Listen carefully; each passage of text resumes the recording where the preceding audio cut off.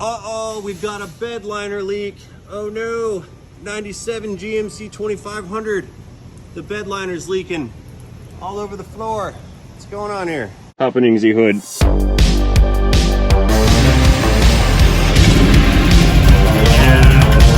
Here's our brake rotor. There was our brake rotor. Well, I didn't expect to see this thing here today when I got to work. We've got a 1998, I think, GMC 2500. It's a square body, old body style GM product. Survey says, oh, might be a 99, 98 or 99, one of those two. It was towed in over the weekend. It is a no start situation on this particular truck. It's got approximately 160,615.4 miles on the odometer. Customer states, does not start, and I don't have the key. Oh no, where's the key? I gotta find the key, hang on, where's the key? Okie dokes, I had to call them. I found the key. It's supposed to be in here. Got it, there you are. Wunderbar, all right, now back to where we were. Customer states, vehicle does not start. They think it's a fuel pump.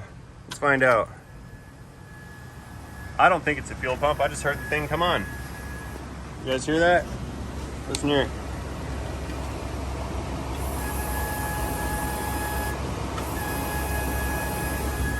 Okay, well, it has fuel pump action. Let's see about cranking.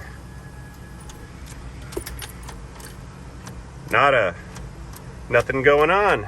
We have no crank condition. I understand it died while driving, so no crank, that's a weird one. Here, let us pop in the hood, kinda, sorta. There we go, hood pop complete. Let's see what we've got to work with in here. My spider sense is telling me it's a V8 of some sort. Survey says we got a winner. 5.7 liter V8, gasoline powered. Let's see here. Well, that's not a good sign. Got some relays hanging out, some electrical tape. Let's see what's in here. Yeah, all our fuses are there. Okay, we'll check those in a minute. We've got, looks like a new battery. 2 of 23, that's a big new battery. That doesn't go here. This is like medium duty truck stuff or maybe boat stuff. Okay. That's not okay. Yeah, we might have a winner right here. What is this? Look at that. That's not good. Let's tighten this up. We need to tighten that up. Step one of all diagnostic processes is make sure that your battery terminals are clean and tight and the battery is in good condition and fully charged. So I'm pretty sure that battery's in good condition because it's brand new, but the terminals are not clean and tight. I mean, they're kind of clean, they're not tight. So let's remedy this battery terminal situation real quick, and then maybe it'll start. Let me try that. Terminal click. That's tight now. Okay. Back to the cabin. You gonna start? I'm gonna be mad if that was the problem. No cranking. Okay. Well, let's go down below and check the starter motor and see if that's our issue. All right, starter is over here on the passenger side. We'll find it right back there behind the wheel well. Let's go down there and take a look at that unit. See if the wires are burnt through or missing or falling off or something along those lines. That looks shiny. What's this? What is this? That's supposed to be the starter wire. Why is it just dangling there? Let me see. Crawling over some more. Oh, okay, I see what we got going on here. Okay, so it appears that red wire is an auxiliary starter wire that has been run in lieu of this purple one. That purple one's the one that goes to the ignition cylinder. So it looks like somebody ran a new one. Let's trace that thing out, see where it goes and what it does. I see it running up the back of the firewall here. Okay, climbing out. Oh, get out of here. Let's see what's going on. Okay, so that wire came up. I think this is it right here. Yep. Zip tied to that AC line. It goes over there. Okay. Following it along. I found it again. More zip ties. and it's going into the firewall. Okay, that's leading us right back to where we started. Coming full circle on this thing. Let's see. In the firewall, there it is. Coming right through. Zip tied up here, running over.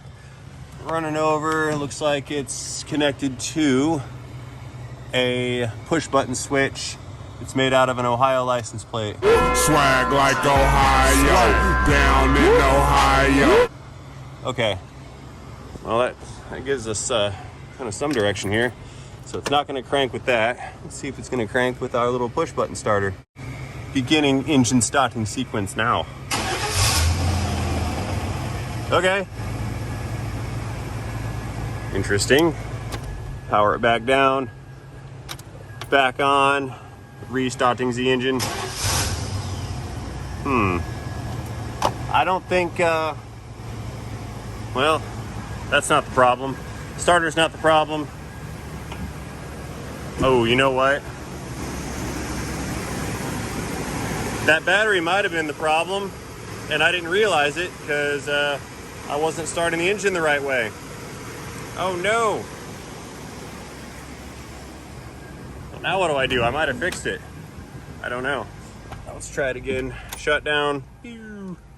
Key on. Under the dash. This is fun. Restart. Now it runs. That was a quick startup too. With this fuel pump. Let's check out this fuel pump down here. I mean, yeah, it's a little noisy. I can feel it vibrating in there. They said it needed a fuel pump and that it died while driving. I'm gonna let it hang out here and run for a little while and we'll go from there. I don't know what we're gonna do with that. Seems to run okay. Sure, I found another malfunction. Check out that brake pedal, watch this. All the way down to the floor. It's not okay. How the parking brakes feel. Let's check those out. Okay, the parking brakes hold. I'm off the brake pedal. We're still not moving. Parking brakes are good. I think this thing has a leaking brake master cylinder, but it still is not stalling. Brake pedal release. That's not even connected. Oh no, I broke more things than I fixed. What is this? Let's see if I can't get these parking brakes to release. That was an error in judgment. Big time. Let's see. What do we do here? Oh, the cable's not connected. Look at that. See it? It's not even close to being functional. There's the release lever back there. Let's just pull that thing. Hands free. There we go. I almost hit you guys with the brake pedal that time. It's not okay. Well, with a died while driving condition, I don't want to go drive it, especially with a four-wheeler and stuff in the back. That could cause it to be, to get broken down again and then stolen, and I don't want to do that either. Well, let's go back to check out the engine. I think I'll bust out the fuel pressure tester. Shut that off. I'm gonna get out the fuel pressure tester. We're gonna at least take a fuel pressure reading on this. Perhaps I can find like a low pressure or something like that. We can move forward on a pump. But right now, it's working. Now, there is a phenomenon with these old Chevy trucks where they would die while driving and break down. And what would happen is the tow truck guys would pick the things up and it would jostle the vehicle around while it was on the tow truck. And that would cause the pump to turn slightly, and it would then begin to operate again once you tried to restart the engine after a tow. That could have occurred here. I don't see the nipple for the fuel pressure tester. There it is, way back there. So it is a possibility that this thing has a failing pump, and after it was on the tow truck, it decided to unfail itself. It was fairly common, but you never know. Alrighty, let's reach on back here. Got the fuel injection pressure testing gauge. Let's let's get this thing installed and screwed on. It's got a Schrader valve in the middle of it, and that valve is going to become open when we install the tester. We're going to go ahead and key this thing on and get a pressure reading. Stay right there. Reach on through here. We don't need to start it, just need to key it on. The pump has primed. Look at that, 60 pounds of pressure. I don't know. I don't think this has a bad fuel pump at all. Let's start the engine, see what it does.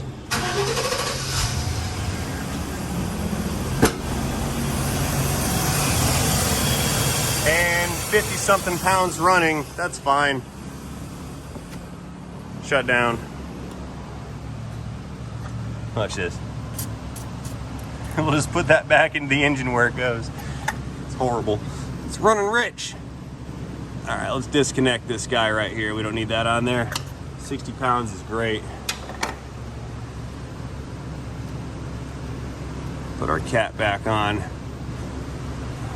So, how did we die while driving? What happened here? I'm curious to learn. Did the airbox come apart? Could have. Did it overheat? Could have. I just don't know. How does that go? That clips on in the front, down through the hole right there. Okay. And then our big wing nut. Screw that guy in right here.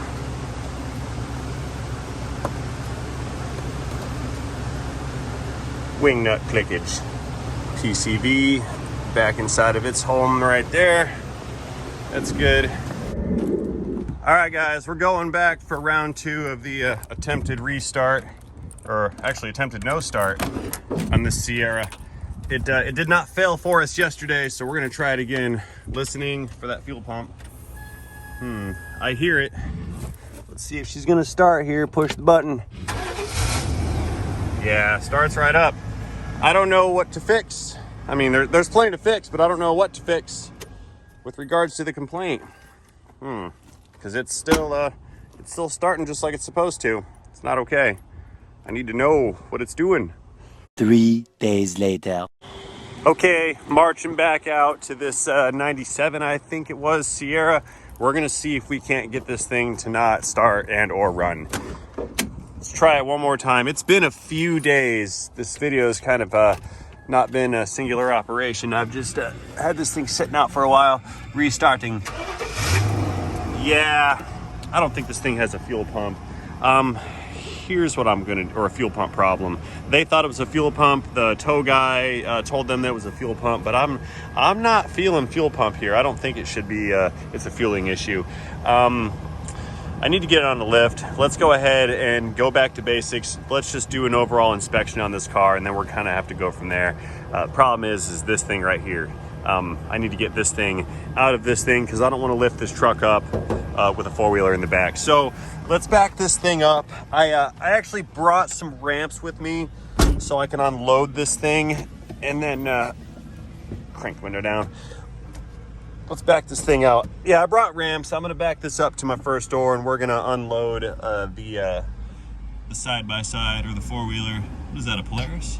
Can-Am, that's Can-Am. Let's unload this thing and get this truck up on a lift for a proper inspection. Because crawling around in the dirt trying to find stuff wrong with it and trying to diagnose it is not really gonna work, but I'm also not gonna lift it up with a extra 600 pounds or so in the back. It's not safe. So what we're gonna do here is get this tailgate down, maybe. Thought we were. Oh, little Lincoln's thing's broken in there. Hang on. Oh. Come on, tail. There we go. All right, we're gonna get the tailgate down, get some ramps on this, and roll this unit out of the back of this truck right here. That's the man. Let's see. Heavy minimum ramps coming in. Yo, hang on. That's not really the safest either because one of the straps is missing on the other side. So, I'm just gonna take the tailgate off. Come here, tailgate. I'll make a liar out of you. Come here. Out. Crusty rust in this. slide it off. There we go. Tailgate removal complete. Here, let's unpack all these goodies out of here too. There's too much debris in the way. Let me get this out of here. Found pots and pans. A garbage bag. And a pitchfork. What is this? Look at that. Down in Ohio. Oh man, look at that. There's reds already in there. I didn't even notice. That's fine. I'm using mine anyway. So let's get our straps out of the way here. I'll use those.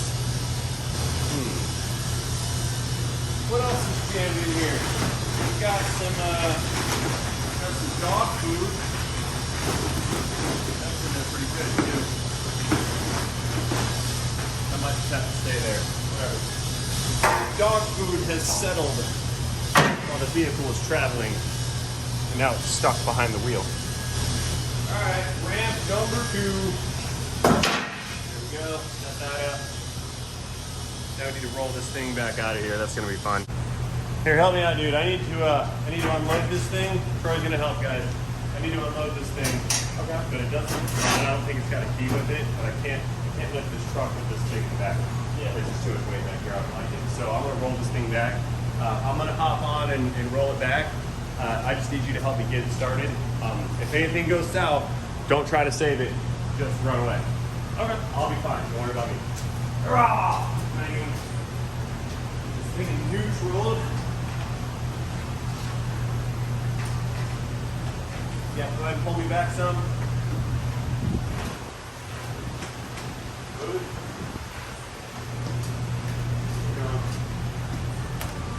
Right on the ramp. Get you right. We're going to roll that self and then one more. You got brakes? One more. I got brakes. Yeah. I'm on it. All right, get out of the way. Roll it on back. Now we go.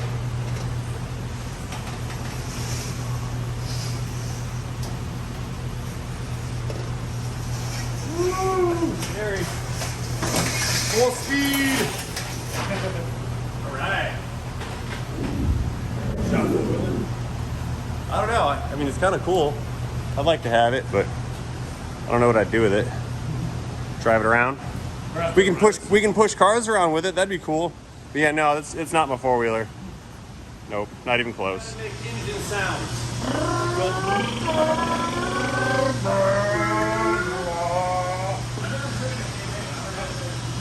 gotta make engine sounds. There you go. All right.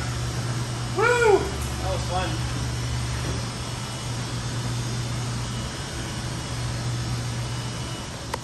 Okay, now that we're done screwing around, let's get the truck over here on the lift. This is going to be the first vehicle that goes up on the newly installed lift. So fingers crossed. I hope the lift guys did a good job. I'm kind of scared. This is not a super lightweight vehicle. Oh, there we go. We're in gear, I think. There, now we're in gear. Sure. Spin this thing around and get her lined up in there. There, while we're in here, let's fire up the AC and see if that works. I think I saw a can of refrigerant in the back, like a big one. It's like a 30-pound cylinder. So it might not work. That might not be for this truck. I don't know. This thing's kind of a mystery to me, very much so. Because it's supposed to not be working, but it is working, and I don't understand why. But we'll figure it out. We'll get there. Let's see, nosing on in. A little farther. Let's not run into the Can-Am. I think that's about good right there. Okie dokes. All right, real quick, I want to show off the difference between these lifts and this newer, older one over here. And that difference is going to be in the arm style. This is called an asymmetric lift, which means the arms are 2 different lengths instead of them being equal length or semi-equal length like the ones we've got over here. And the other difference is going to be the feet. We can go flat foot, we can go half up, and we can go full on up. Now the reason this is okay is you'll notice that the contact point is leaning inwards from the pivot point. That means any weight that gets put on here, if the vehicle wanted to lean this way, it would have to fight gravity ever so slightly to overcome that lean. And that also applies on the small foot as well. So what we're gonna do is we're gonna do small feet on the front frame, and then we're gonna do the big feet up on the rear, which is gonna make contact right there at that leaf spring shackle. We're gonna do that on both sides. Now, one thing you're gonna notice here is that these are pointing away from each other. You don't ever wanna have them pointing towards each other, because then any forces that wanna make that collapse, they could potentially overcome that rise in the lift angle, and it could like fall sideways, left or right, and overcome that. So if we point them away from each other, then that's almost impossible to achieve. The same thing would apply if I had these oriented this way. See how we're going away from that one? That one's pointing forward, this one's leaning back. So either of those configurations are acceptable. And in this case, since I can't turn this way to meet the leaf spring hanger, I will just turn it this way and meet it 90 degrees. So enough jaw jacking, that will explain this lift configuration for now. Moving on up.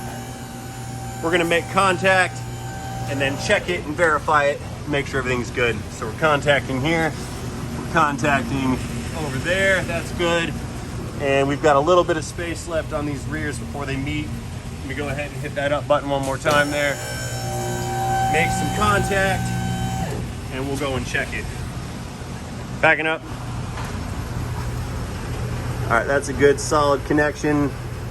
It's actually a little farther back than I'd like. Let me readjust that real quick. Coming down some. There we go. Let's go ahead and adjust that back ever so slightly. Right there is good. Actually, right there, that's better. Let me check the other side and then we're good to go. Driver's side, survey says that is good. We're gonna back it up just a little bit. There we go. All right, moving on up. Lift is good. Let's get it off the ground, see if it's secure. Make sure that these bolts don't pull out of the concrete.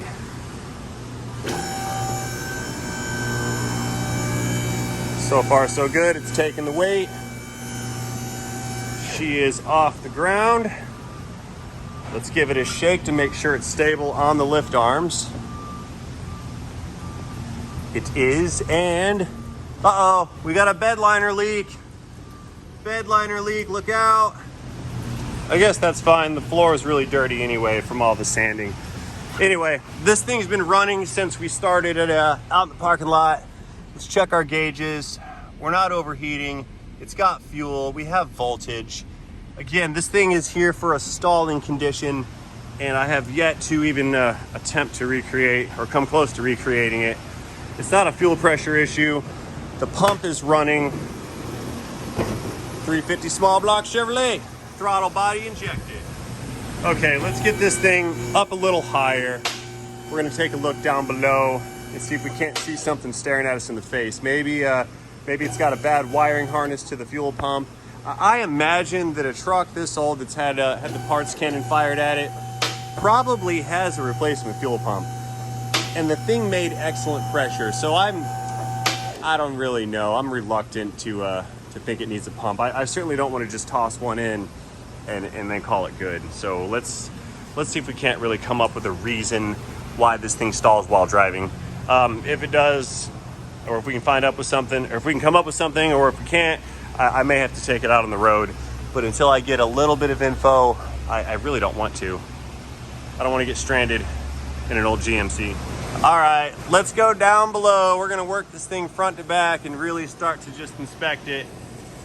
You see some normal age right there. Look at that control arm bushing. That's nice and crackety cracked. Probably not the best. That's not the reason for our no start. Let's see here, engine's still running. That's good. It's running smooth too, nice and quiet. I don't see anything leaking out of it. There's that starter exciter wire we found earlier. I wonder what the deal is with the circuit here. I wonder if this end was just junk and it wouldn't plug into the starter. That's why they ran that new wire, that red one that goes up. Not exactly the greatest idea. I mean, it works, I guess, in a pinch, but yeah. Here we go. Original-ish looking fuel filter. See that thing right there? That's not okay. That could be the problem. We may have a plugged up fuel filter. Here's our tank, and uh-oh.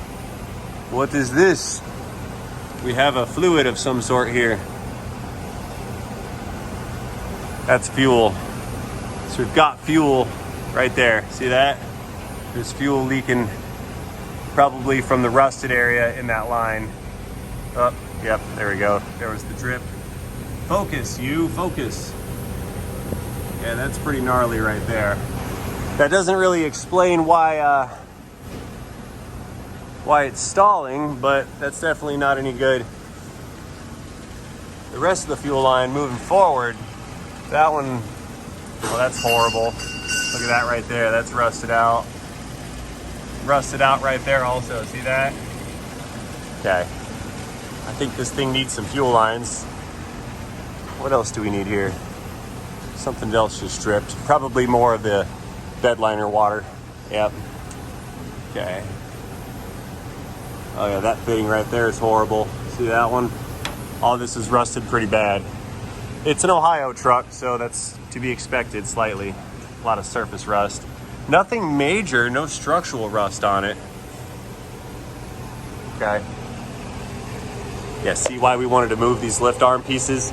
I didn't want this catching this and having spring pressure pushing against the lift arm foot. That would not be okay. Anyway, I digress. Brakes look newish. We've got well, that's leaking out of the little plug right there. That's the fill plug. Odd place for some seepage. Big old drum brakes. Look at that guy. It's huge. Okay. It is a 3/4 ton. No spare tire. More water. Okay. All right. Well, I've got no choice but to assume this is fuel system related. I can't for the life of me understand how that little bit of a leak right there would cause the thing to not start, or stop driving while, or stop running while driving. Here's a problem though. Do you see how that little bracket right in there is housing the fuel lines? There we go. It's got a fuel line, probably an evap line, and then there's 2 brake lines. That one's leaking, or will be leaking. I won't be able to even touch that thing. It's probably gonna leak just because I'm looking at it.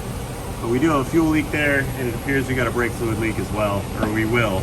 Either way, if I'm gonna service that, we're gonna have to fix these brake lines to go with it. That's kind of unfortunate-ish. Okay, so fuel leak section, frame rail. Let's take a look. We've got some space here. Let's take a peek up at the top of the tank and just see if we can't see what kind of pump is in there. How's that thing look?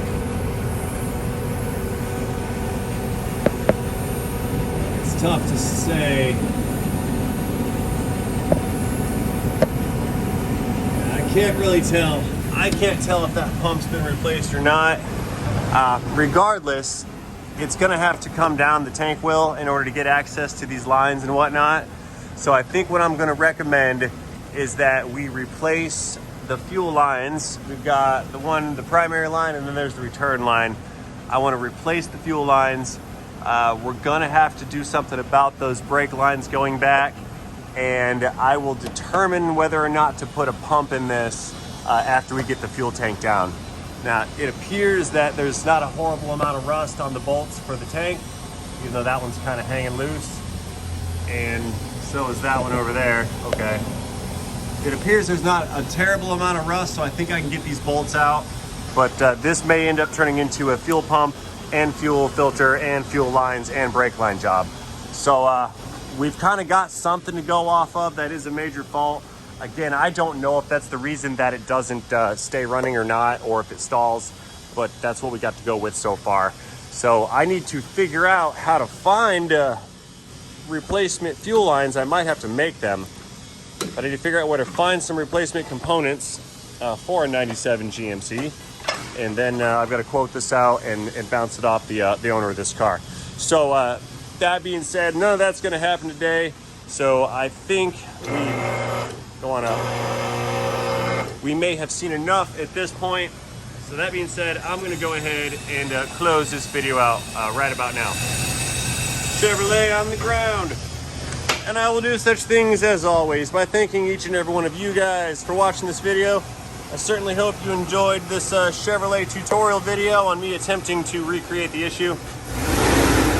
Yeah, it's getting fuel. If you did enjoy this video, or if you've got any thoughts on the matter, please feel free to let me know about those in the comment section down below. Don't forget that like button while you're down there, and most importantly, have yourselves a great day.